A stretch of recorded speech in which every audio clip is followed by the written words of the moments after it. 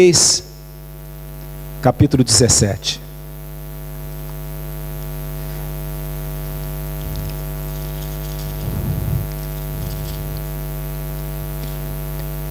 Quem aqui está feliz?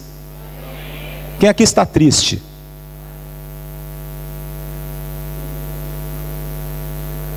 Às vezes a gente está triste. Às vezes a gente está triste. Tem alguém aqui cansado? Tem alguém aqui se sentindo sobrecarregado? Sabe, a gente tem a vida da igreja, ela precisa ser uma vida de mais transparência, de mais sinceridade. Passamos a viver tempos em que as pessoas têm uma fachada, mas por dentro a história é bem diferente. Muitas vezes nós temos um sorriso por fora, mas por dentro nós estamos detonados. O Senhor é aquele que começa a trabalhar em nós, se deixarmos lá de dentro. Porque a cura, ela se processa de dentro para fora. E muitas vezes nós nos preocupamos apenas com o superficial. Ficamos apenas no campo superficial.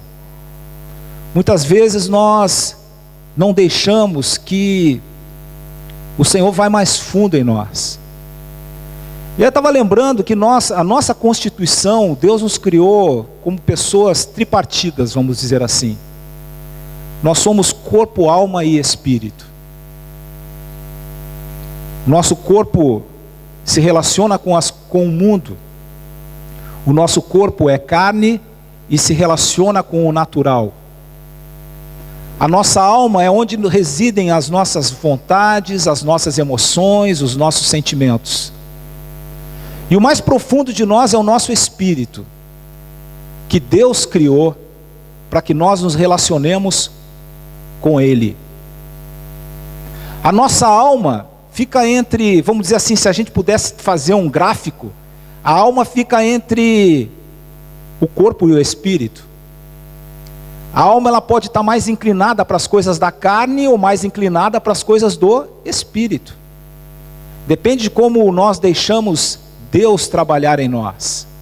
Depende de como nós nos relacionamos com as coisas que estão à nossa volta. E a verdade é que muitas vezes, fruto de como está a nossa alma, nós nos inclinamos para o mundo, ou nos inclinamos para Deus. Para nos inclinarmos para Deus, nós precisamos buscá-lo de todo o nosso coração.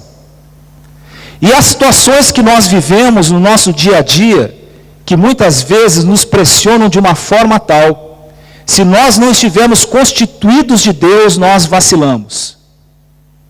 E eu queria ler essa passagem aqui, que está exatamente no primeiro livro dos Reis, capítulo 17, para que você imagine uma situação de um homem de Deus, uma situação difícil pela qual ele está passando, e as soluções que Deus vai apresentando a ele, para que ele possa superar esse momento de dificuldade. Alguém aqui tem passado por algum momento de dificuldade, além de mim? Alguém? Então presta atenção nessa história. E ela é real. E não é uma história fictícia, contada num livro de histórias. Ela é uma história real, escrita por um escritor fantástico. Essa história relata algo que veio diretamente do coração de Deus para nós. Ela é genuína e verdadeira.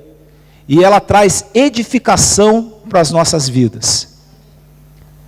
Ora, Elias de Tisbe, em Gileade, disse a Acabe: juro pelo nome do Senhor, o Deus de Israel, a quem sirvo, que não cairá orvalho nem chuva nos anos seguintes, exceto mediante a minha palavra.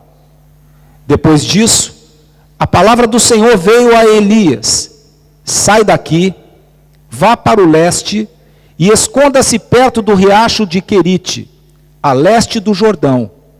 Você beberá do riacho, e dei ordens aos corvos que o alimentem lá. Ele fez o que o Senhor lhe tinha dito. Foi para o riacho de Querite, a leste do Jordão, e ficou lá.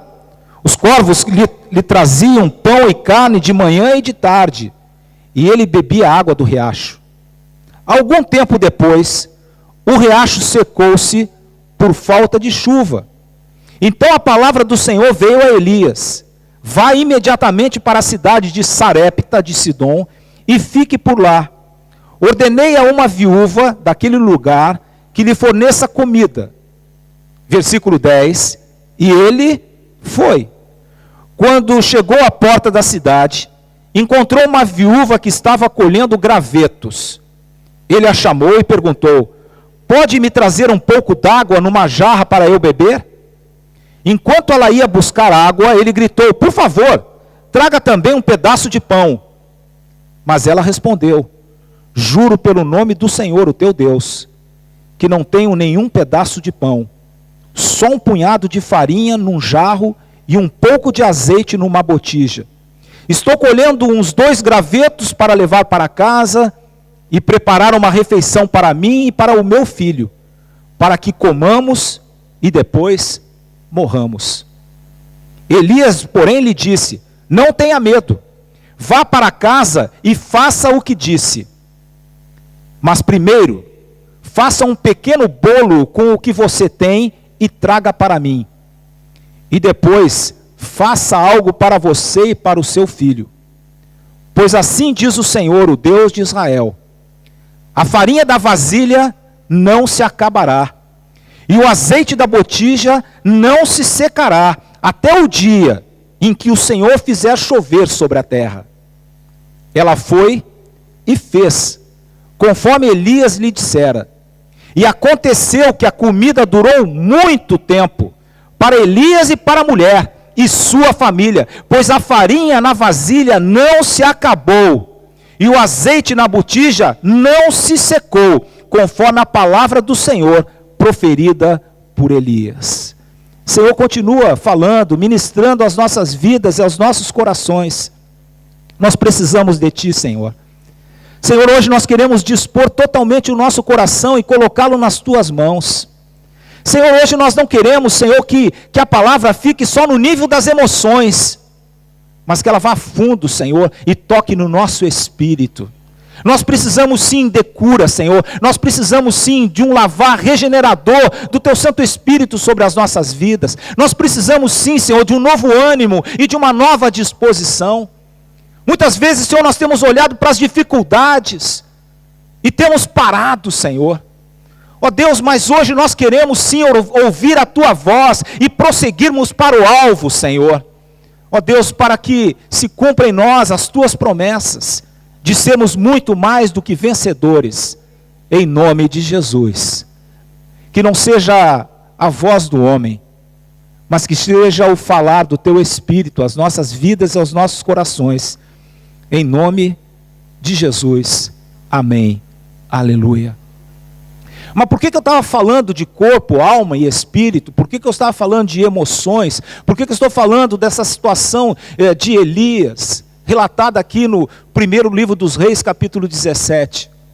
Porque nós temos vivido um tempo em que nós buscamos a Deus apenas de forma superficial.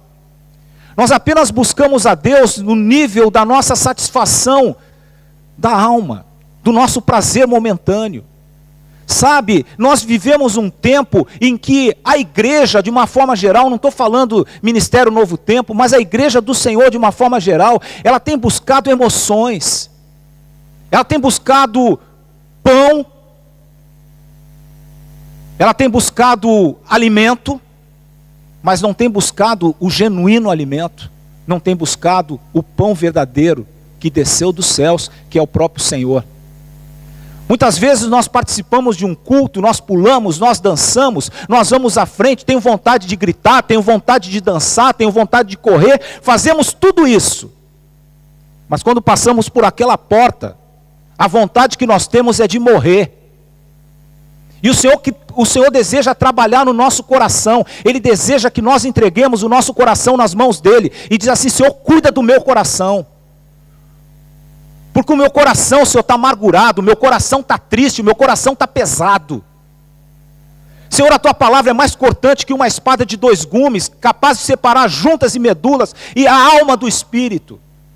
Senhor, hoje eu quero estar cheio no meu espírito, cheio da tua presença. Porque, Senhor, se nós olharmos para as coisas que a palavra relata, isso aqui parece loucura. Porque veio uma seca sobre a terra, e essa seca foi anunciada. Era um tempo difícil que estava sendo anunciado. Mas o Senhor disse ao homem de Deus que não faltaria a ele o alimento, não faltaria a ele a água. Amém? O Senhor te prometeu alguma coisa? Se o Senhor prometeu, Ele vai cumprir. Sabe, mas as coisas que o Senhor promete, quando Ele cumpre, às vezes aos nossos olhos parece loucura. Sabe, que se você ouvir dizer que o corvo vai trazer a tua comida, você vai dizer a alguém: aí eu estou ficando maluco, e essa história é a história da carochinha, e eu não vou esperar corvo nenhum, e você vai morrer de fome. E é isso que tem acontecido. É isso que tem acontecido nos dias de hoje. Sabe, o Senhor repetidamente tem falado conosco na questão de que nós precisamos esperar, que nós precisamos aguardar que seja feita a sua vontade. Sabe, mas muitas vezes nós não esperamos. Já ouvimos aqui tantos pregadores falando sobre isso. Nós somos da geração do instantâneo. Tudo tem que ser instantâneo. Nós não esperamos que as coisas aconteçam de uma forma natural. Sabe, aqui no supermercado, o fruto que você come, às vezes está madurinho, foi amadurecido à força. Não foi amadurecido de uma forma natural. Por isso que de repente ele apodrece de uma forma tão rápida. Por que será? Porque não é natural. E muitas vezes é assim. Há um fruto que foi amadurecido de forma não natural, forçado pelo homem, e ele apodrece. E muitas vezes está acontecendo isso conosco. Sabe, nós estamos nos decepcionando tão fácil com as coisas. Por quê? Porque nós temos colocado o nosso coração, muitas vezes, nas mãos dos homens, e não nas mãos de Deus. Nós esperamos muito mais o resultado dos homens, do que aquilo que Deus prometeu para as nossas vidas. Sabe, o corvo vai trazer o teu alimento. Tá doido? Que corvo vai trazer um alimento? E corvo pode transportar algum alimento? Que tipo de alimento será que esse corvo vai trazer? Eu não sei se Deus diz que o corvo vai trazer o alimento. A hora que o corvo chegar, ele vai trazer o alimento. Sabe, o que chama atenção também, nessa situação aqui, que o corvo era um animal impuro para os judeus. E foi um animal impuro que foi levando a comida para Elias. Porque Deus faz coisas loucas. Mas Ele faz para testar a nossa fé, o nosso posicionamento diante dEle. Sabe, um dia a água secou. A comida faltou. E Deus disse para Elias que ele tinha que ir para um outro lugar. E ali ele seria alimentado por uma viúva. E normalmente, nós homens, nessa terra, sempre que eu me lembro disso no Brasil, aqui eu não sei como é que é, mas alguém dizia assim: o meu sonho, na época que eu via isso muito no mundo, é casar com uma viúva rica. É encontrar uma viúva rica. Sabe como é que o pessoal chama muitas vezes o governo? Da viúva. É a viúva rica, que paga tudo, de qualquer forma, de qualquer maneira. Se Elias fosse esperando encontrar uma viúva rica, ele se deu mal. Porque ele encontrou uma viúva que estava prestes a morrer de fome. Mas Deus disse: é essa mulher que vai te alimentar.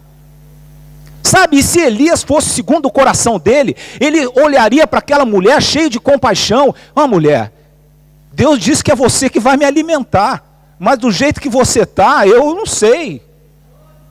Sabe o que Elias faz? Mulher, é o seguinte, você tem o quê? Um pouquinho de farinha só? E um pouquinho de água? Você vai dizer que vai preparar um bolinho, vai comer com seu filho e depois vai morrer? Faz o seguinte, faz isso que você está dizendo, vai lá, faça o bolinho, mas primeiro traga a minha porção. E sabe o que essa mulher fez? Ela cumpriu isso, ela obedeceu. parecia uma coisa louca, mas ela obedeceu, e que diz, não faltou farinha, não faltou azeite. Sabe, muitas vezes nós estamos reclamando, está faltando farinha, está faltando azeite, mas nós não obedecemos a voz do Senhor. Sabe, o Senhor tem ministrado muito ao meu coração nesses dias. Nós temos estudado nos nossos grupos de reunião, de comunhão, de edificação. Sabe? Quarta, quinta, sexta, vamos abrir um agora aos domingos à noite. E vamos abrir mais ainda. Porque há pessoas assim que têm fome. E a hora que comem, eles percebem que Deus tem uma maravilhosa porção. Certo, Lourdes? É verdade, né, Lourdes? É. Tá? O Senhor, Ele tem. O Senhor tem o melhor. Mas nós muitas vezes estamos olhando para as dificuldades e nós emperramos nas dificuldades. Sabe, eu tinha aqui eu ia compartilhar aqui, eu espero que eu consiga cumprir aquilo que eu preparei aqui. Eu tenho uma grande dificuldade. Olha,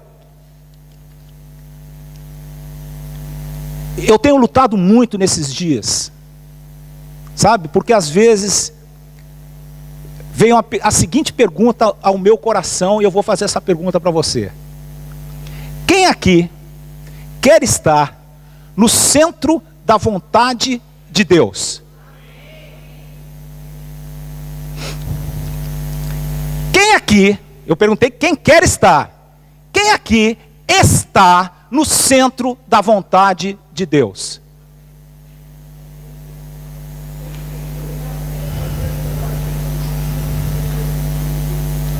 Não, eu fiz essa pergunta. Senhor, eu quero estar no centro da tua vontade. Mas Senhor, eu quero estar no centro da tua vontade. Senhor, eu quero estar no centro da tua vontade. Quem quer estar no centro da vontade do Senhor? Você quer, Gilma? Eu quero. Aí a Ângela me pergunta, mas Hélio, qual é a vontade do Senhor para a tua vida? Aí eu digo assim, a vontade do Senhor para a minha vida é reticências.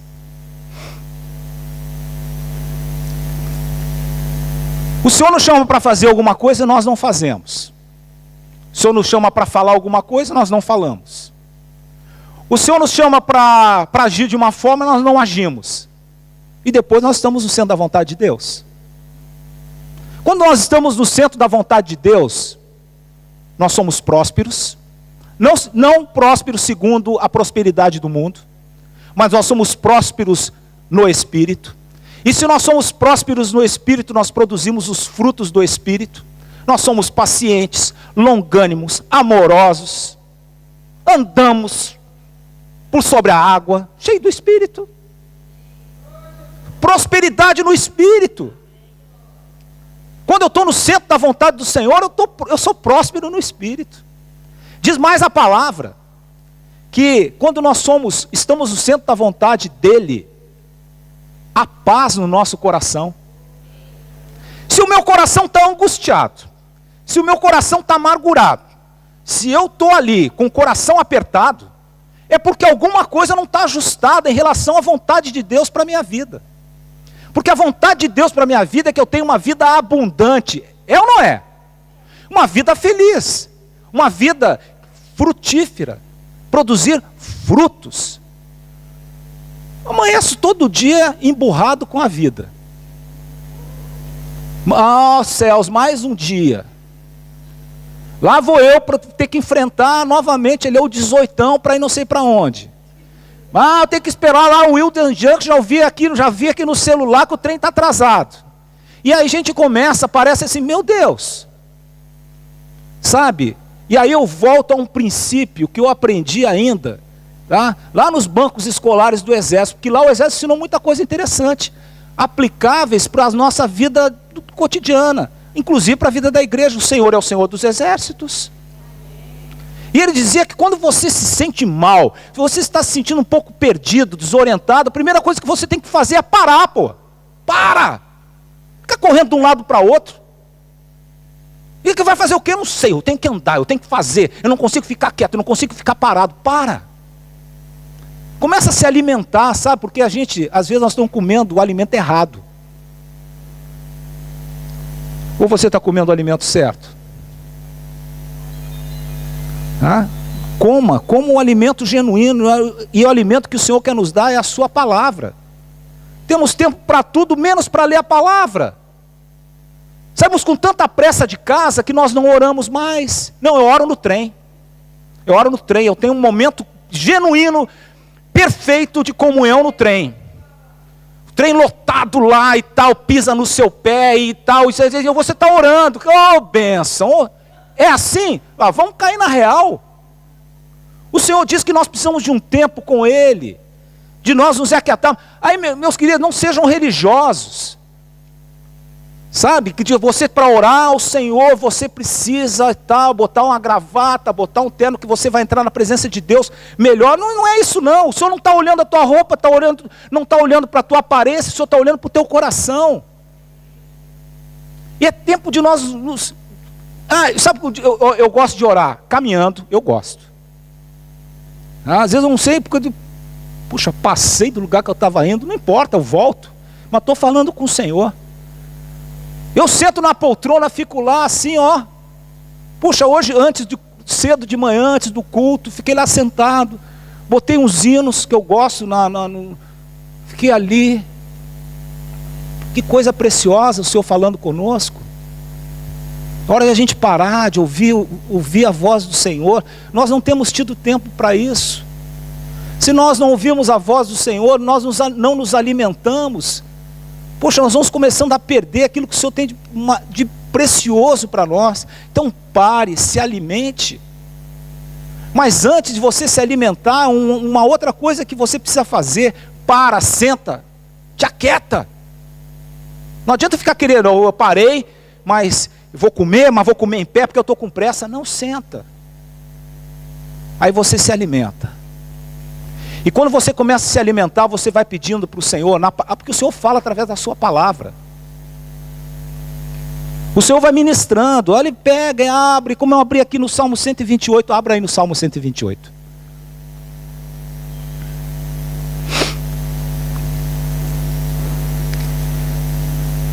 Encontraram? Quem encontrou o Salmo 128 aí na Bíblia? Tem Salmo 128? Muito bem. Eu vou pedir ajuda a alguém para ler, tá? Vou pedir ajuda a alguém para ler aqui, tá? Eu vou pedir a Sandra, eu vou pedir para você ler, Sandra, o Salmo 128, versículo 1 e 2. Você vai ficar de pé, vai ficar de frente para a igreja, e você vai ler o Salmo 128, versículo 1 e 2. Que ama e obedece ao Senhor, andando sempre em seus caminhos. Seu trabalho renderá muito, e em todas as áreas da vida ele será feliz. Oh, glória! Em todas as áreas da vida ele será feliz. O trabalho dele será prazeroso. Aleluia! Mas o que ele precisa fazer? Ali. Como é feliz quem teme ao Senhor e anda em seus caminhos. Sabe, quando nós estamos afastados da vontade de Deus, do centro da vontade de Deus para nós começamos a enfrentar os turbilhões daquilo que está acontecendo. Eu estou fora do lugar seguro. O Senhor está dizendo claramente para nós, o Senhor falou ao meu coração de uma forma muito simples. Vou ler na minha versão aqui. Como é feliz quem teme o Senhor, quem anda em seus caminhos. Você comerá do fruto do seu trabalho e será feliz e próspero. Aleluia! Então eu parei, eu sentei, comecei a me alimentar, encontrei o Salmo 128 e li. Estou me alimentando. Aí a palavra diz: como é feliz quem teme o Senhor e anda em seus caminhos. Senhor, meu coração não está tão feliz assim não. Tá não.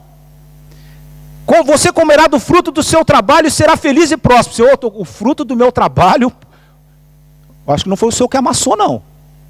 O negócio está complicado, está ruim. Estou sofrendo, estou apanhando. Aí o Senhor disse assim: olha, é um tempo de sequidão, mas vou te levar para um lugar, e o corvo vai trazer a comida para você e vai trazer a água. Te aquieta ali um pouco, tá?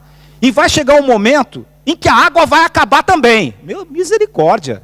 Vai ficar pior, vai ficar pior. Mas não se preocupa não. Você vai sair dali, você vai encontrar uma viúva que está quase morrendo e ela vai te ajudar. Senhor, mas é assim? É assim. Porque se nós fizermos assim, a palavra vai se cumprir nas nossas vidas.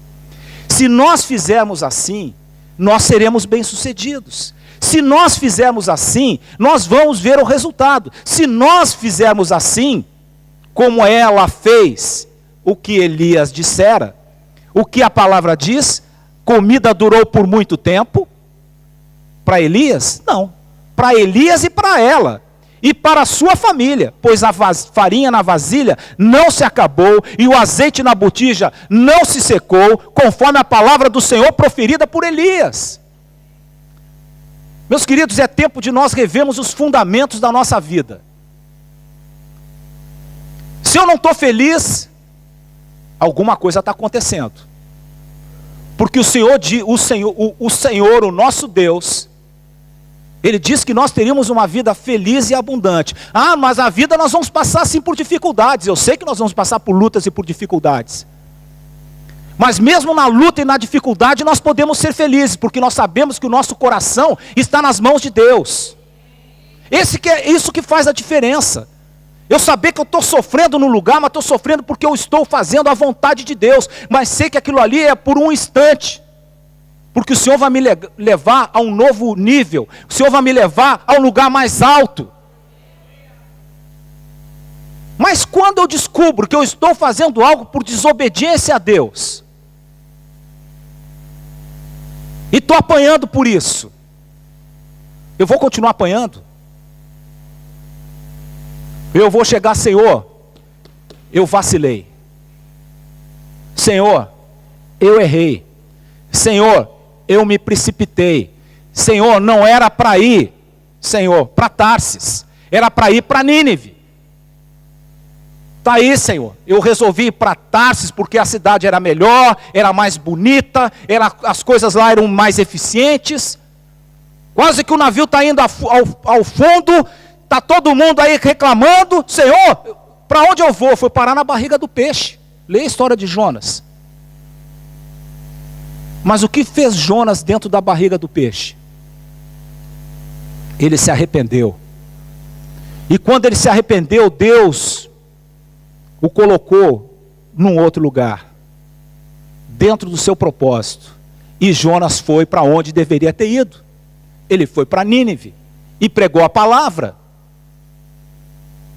E diz a palavra que ele foi pregar que a cidade ia ser destruída. E ele foi levar uma palavra que o povo precisava se arrepender. E o povo se arrependeu. Pelo povo ter se arrependido, o Senhor poupou a cidade. Ele ficou bravo. Não, o que é isso, Senhor? Você não disse que ia destruir a cidade? O Senhor é aquele que tem compaixão de nós, tem amor por nós. O Senhor, Ele deu a sua vida por nós, para que nós tenhamos uma vida plena e abundante. E é tempo de nós desfrutarmos disso. Há uma palavra que chama-se arrependimento. Se nós erramos o alvo, eu vou persistir no meu erro? Cada vez que eu ando numa direção errada, eu vou me afastando mais e mais do alvo. Sabe, há uma instrução no exército, chama-se desvio. Interessante, né? Instrução sobre desvio. Sabe por quê? Porque é uma tendência natural de nós nos desviarmos da linha. Nós já falamos sobre isso aqui. Não conseguimos andar em linha reta. Nós sempre vamos nos desviando um pouquinho. Então nós temos que, de repente, corrigir. Porque se nós não fizermos essa correção, cada vez mais nós nos afastamos do nosso objetivo final. Ah, eu estou errado, mas agora eu vou. Eu sou um cara de fibra. Eu sou um cara, eu vou, eu sou em frente. Eu sou... Ah, eu tenho persistência, eu vou continuar. Não, isso chama-se obstinação, isso é pecado. Sabe que está indo na direção errada e continua indo. Hoje o Senhor nos chama para nós refletirmos sobre a nossa vida. O Senhor, Ele tem algo abundante para nós. O Senhor tem promessas que Ele cumpre nas nossas vidas. Mas nós precisamos nos posicionar. O Senhor é aquele que sabe efetivamente todas as nossas necessidades. Ele sabe daquilo que nós precisamos. Leia Filipenses 4:19. Ele sabe das nossas necessidades e Ele supre as nossas necessidades. Da forma como lhe apraz. Da forma como Ele quer. O que nós precisamos é estar atentos à voz do Senhor e obedecermos. Filipenses 4:19 diz assim: o meu Deus suprirá todas as necessidades de vocês de acordo com as suas gloriosas riquezas em Cristo Jesus. Ele supre as nossas necessidades. O Senhor não é insensível às nossas necessidades. Nós é que nos tornamos insensíveis. A rotina nos torna insensíveis. Nós estamos compartilhando com isso na nossa reunião, do grupo de conexão, falando sobre a questão da rotina. A rotina e a insensibilidade. Alguém já levou um filho aqui em um hospital? No momento que o filho está doente, para ser atendido por um... Como você reage quando vem um enfermeiro, olha para o seu filho, e ele não tem a mesma reação que você? Ele olha assim como se fosse alguma coisa... Não tem nada não, isso aí é coisa boba, você está se preocupando à toa. Toma aqui um paracetamol, está resolvido o problema. Você diz assim, meu Deus, mas precisava tratar, é o meu filho, você está tratando o meu filho desse jeito? É o meu filho. Nossa, seu nível de sensibilidade pelo seu filho é elevadíssimo. Mas você que tem uma rotina de fazer a mesma coisa todos os dias, vê camarada com o braço cortado, perna cortada, tal, quando chega alguém com dor de cabeça, a sensibilidade dele não é a mesma, ele está vendo aquilo ali todo dia. Nós precisamos compreender, quanto menos sensibilidade no nosso coração, menos compaixão nós temos. E o que o diabo vai fazendo? Ele vai minando a nossa sensibilidade, a sensibilidade do nosso coração, e vai faltando compaixão. É isso que a igreja tem experimentado, falta sensibilidade, falta compaixão. Por quê? Porque nós não deixamos Deus atuar no nosso espírito, ficamos só no emocional. Chega disso, pessoal. Nós temos que buscar mais as coisas do Espírito, buscarmos mais profundamente o Senhor, e Ele vai tratar de todas as coisas, e não vai nos faltar nada. Seja o corvo que vai trazer o pão, seja a viúva pobre que vai trazer o bolinho, o Senhor vai nos suprir. Nada vai nos faltar. E haverá paz e alegria no nosso coração, porque nós vamos entender que o Senhor está no controle de todas as coisas. Amém? É tempo de nós olharmos para o Senhor e não para aquilo que o diabo está tentando fazer. Ele foi derrotado, ele é um mentiroso, é o papel dele.